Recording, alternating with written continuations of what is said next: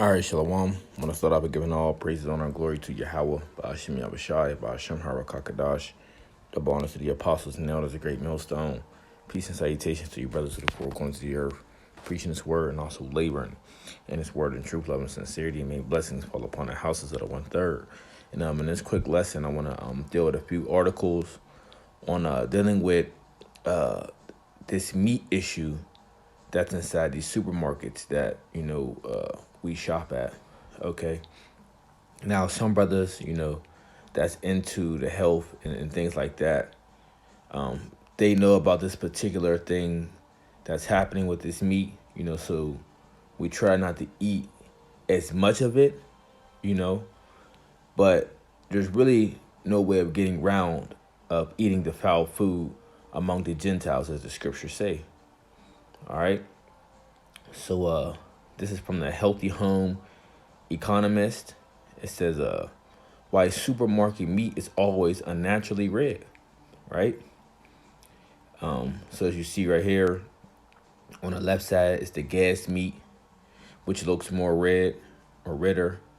And on the right side you see is the ungassed meat. And the gas that they use is which I have been learning about recently, is the carbon monoxide, right? And in other cases, some stores use believe it's red dye, okay, to keep the meat looking fresher, even though it's old.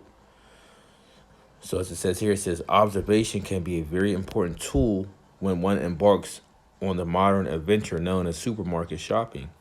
Have you ever stopped to notice how everything in a supermarket and is so perfectly in its place, colorful and alluring, even at the meat counter where variation should exist? Every single package of the supermarket meat is uniformly bright red. If you ever taken someone from a foreign country into a supermarket in the United States for the very first time, you know the kind of reaction I'm talking about: shock and awe. Because they're going to be wondering, how's all your meat so red, as if y'all just cut all this meat from a fresh, animal that day. They're going to say, how is this possible, right? Where do you have all that time on your hands? Because when you go into a store bright and early, let's say I've been into the store as soon as they open about 6 a.m., there was no butcher in the store just cutting meat since 1 in the morning. The store's not even open at that time. So how do you have all this fresh, so appealing looking fresh meat already set up for, people to come purchase, right? Because it already has been sitting there.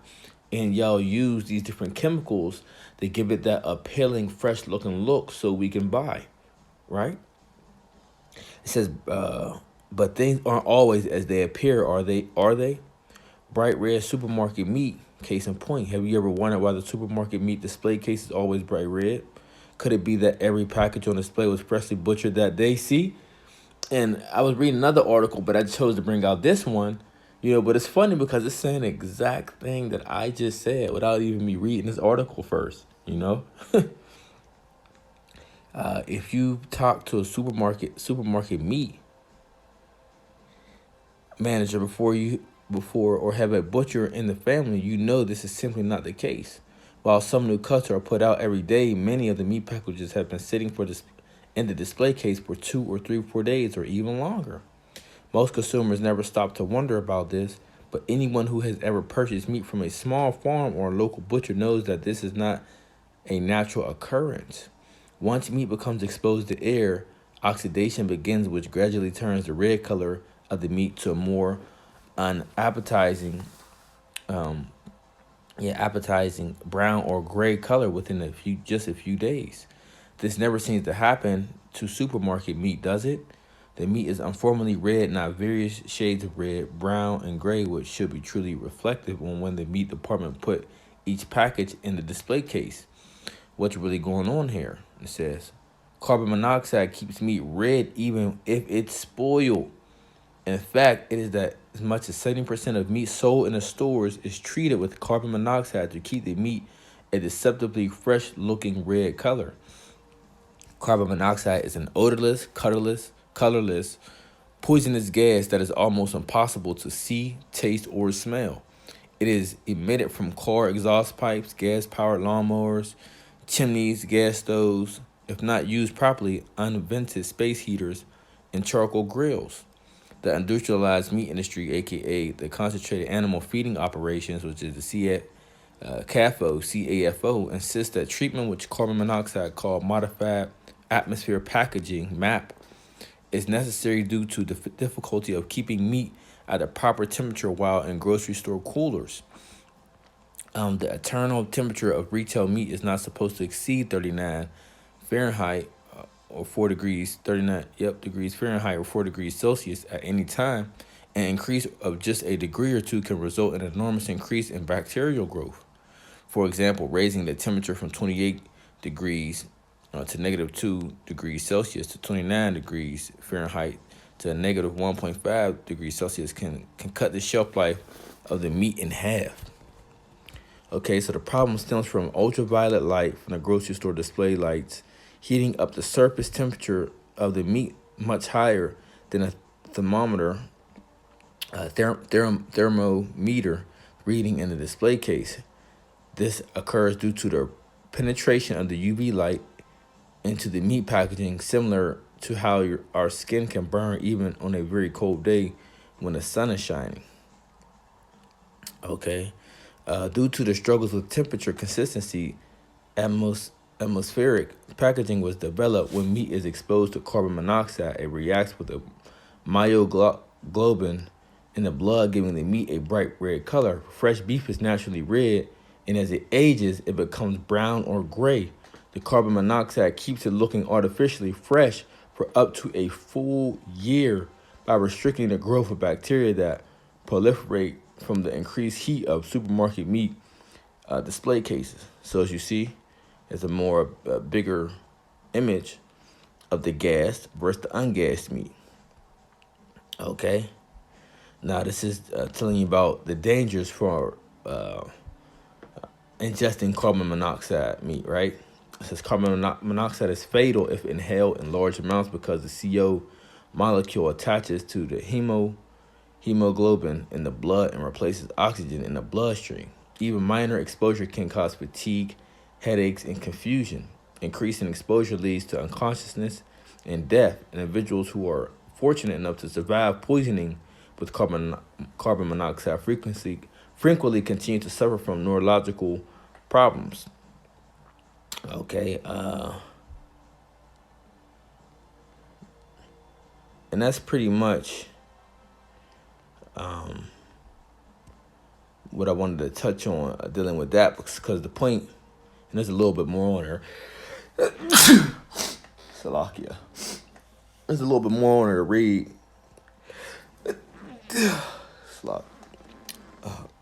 But yeah, the point is made. As it's showing you that, these stores keep their meat fresh by dealing with the carbon monoxide. Okay.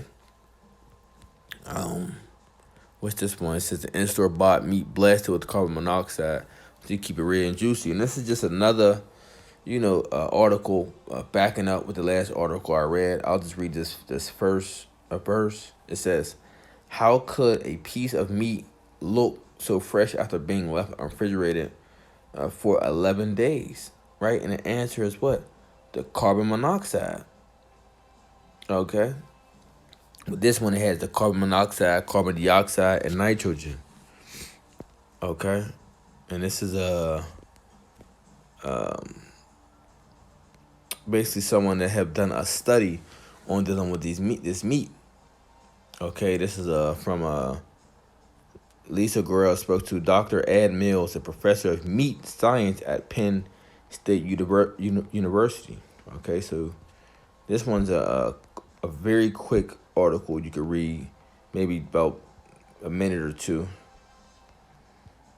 Okay, just telling you the same thing. This is from the InsideEdition.com. So the point is, dealing with these meats in the society. Even Esau used a deceptive tactic on the different foods, but we're talking about the meats in a grocery store. Okay, so what comes to mind is this scripture, right? the book of Ezekiel 4 verse 13. It says what? And the Lord said, even thus shall the children of Israel, right? Who are the children of Israel? So-called Negroes, Latinos, and Native Americans. Also, you brothers and sisters who seed line go back to, or you scattered Israelites who seed line go back to Abraham, Isaac, and Jacob, right? And the Lord said, even thus shall the children of Israel eat their defiled bread among the Gentiles, whither I will drive them. You see that? Okay, so wherever we have been driven, scattered, right, which was through the four corners of the earth, we are eating what? Defiled bread amongst the heathen. Okay. So let's go into this word defile. Okay. It's thamam, thamaya. Right, so Salaki, if I'm pronouncing that wrong. It says what? Unclean, impure. Okay? And right, and if an animal died of itself, and we don't know if we're eating this particular animal, that animal is unclean, will be considered unclean. It says impure, ethnically and religiously, ritually of places, in a religious sense, defiled, infamous, polluted, unclean. Okay? So a lot of these things that we do eat, a lot of these meats, they are what? They are defiled. They are polluted. Okay, they are unclean. You know, and not only are they that, a lot of these things that we eat are sacrificed to idols, man. You know, we don't know it, but they are. Okay, a lot of these different things that we get from these other countries, they're all sacrificed to idols, man. You know what I'm saying? That's why we pray over this food in the name of Yahweh Shah, because all the food thereof and things throughout the earth belongs to the Lord. Period. Okay, but just making a statement that they are. It says, then said I, O Lord God, behold, my soul have not been polluted, for from my youth up even till now I have not eaten of that which dieth of itself, or is torn in pieces, neither came there abominable flesh into my mouth. Okay. Let's go to the book of Hosea 9 verse 3. It says, what? They shall not dwell in the Lord's land, but Ephraim shall return to Egypt, and they shall eat unclean things, right? They shall what? They shall eat unclean things in Assyria. Okay? Going into that word unclean, again, is the same definition. So the same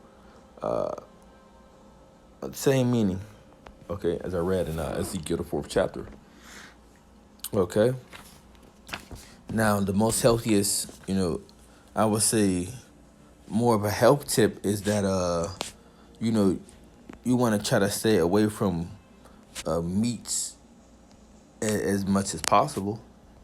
Now, I remember, like, before I came into the truth, I was very heavy on eating red meat. I was very heavy on eating a lot of unclean food, which we were told not to eat, regarding to like a Leviticus, the 11th chapter, so forth and so on, for the unclean food, like, pork or, different things that was unlawful to eat, right?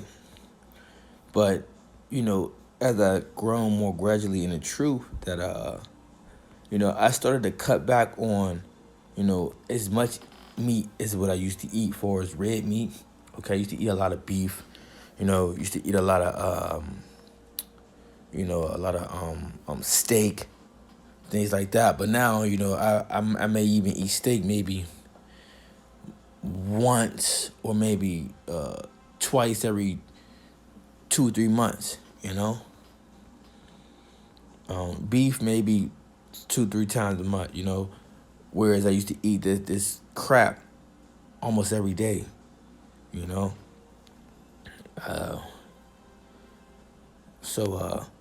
yeah, so you want to try not to eat as much of that, because when you eat a lot of red meat, it clogs your arteries and different things. Matter of fact, let's go to it right now. Okay. Eating lots of red meat, right? Because I do know it definitely clogs your arteries. Let's see.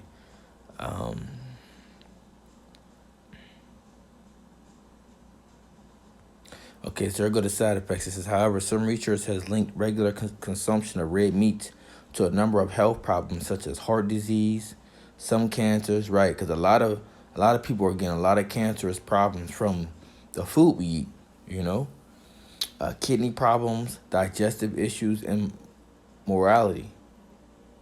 Okay. To further complicate the issue, some studies suggest that the type of red meat a person eats makes the most difference. Okay. Yep. Some red meats are high in saturated fat, which raises blood cholesterol. High levels of LDL cholesterol increase the risk of heart disease.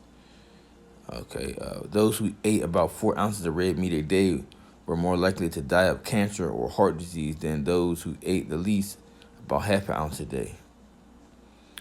So eating different amounts of red meat, does destroy your body. Okay, as you can see, it gives you all types of problems. Okay.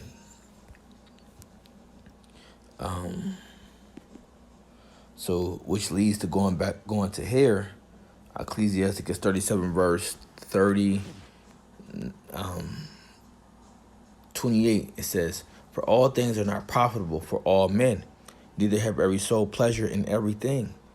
But be not unsatiable in any dainty thing, nor too greedy upon meats." So you don't want to be too greedy upon meats.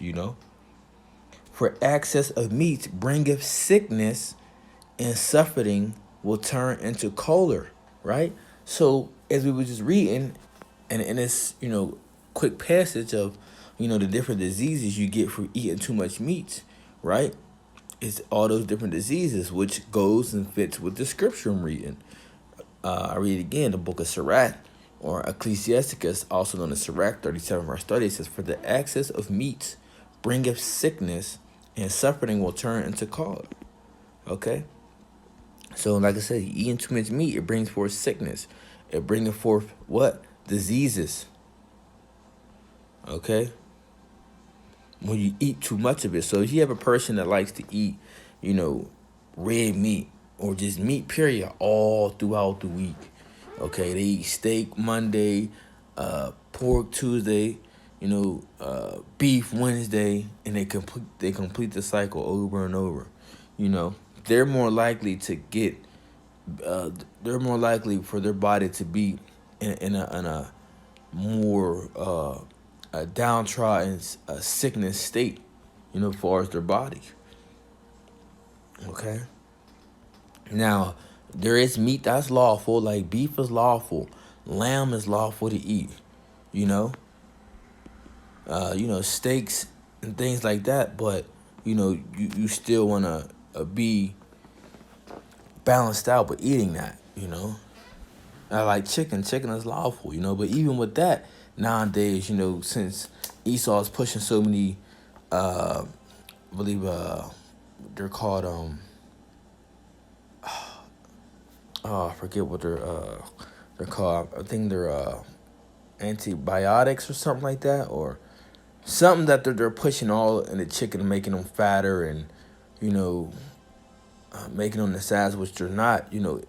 It's still damaging to our body as well, even though it's lawful. But they're just not being grown and taken care of. These different animals are not being grown and taken care of and fed the right things to give us the things that our body actually needs. Okay, so now we're just eating them just to almost survive, because we're not really getting anything, getting any benefits out of eating these particular things. And it's going on with the same things dealing with the different vegetables and fruits too, because a lot of them is GMOs, a lot of it's seedless. Okay, and a lot of it is sprayed with chemicals too, or grown in a chemical type of soil. Okay, through the madness that they're spraying through all throughout the air, dealing with the chemtrails as far as the barium and aluminum. Okay, so it says, "For excess of meat bringeth sickness, and suffering will turn into choler. By suffering have many perished, but he that taketh heed prolongeth his life." What's that suffering? Let's look into that word real fast. Suffering.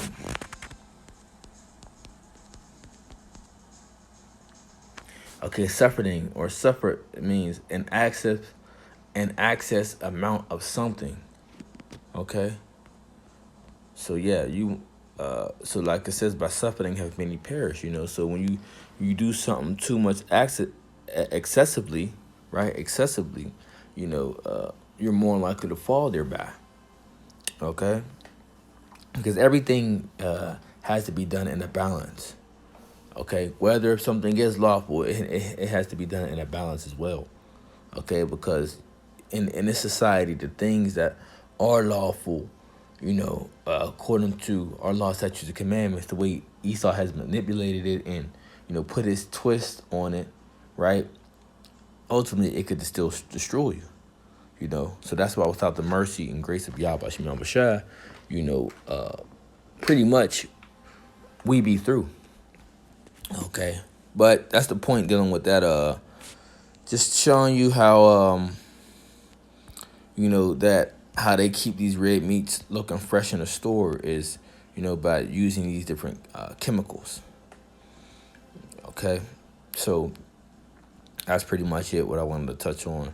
Lord willing, this lesson was edifying. Until next time, I want to say shalom.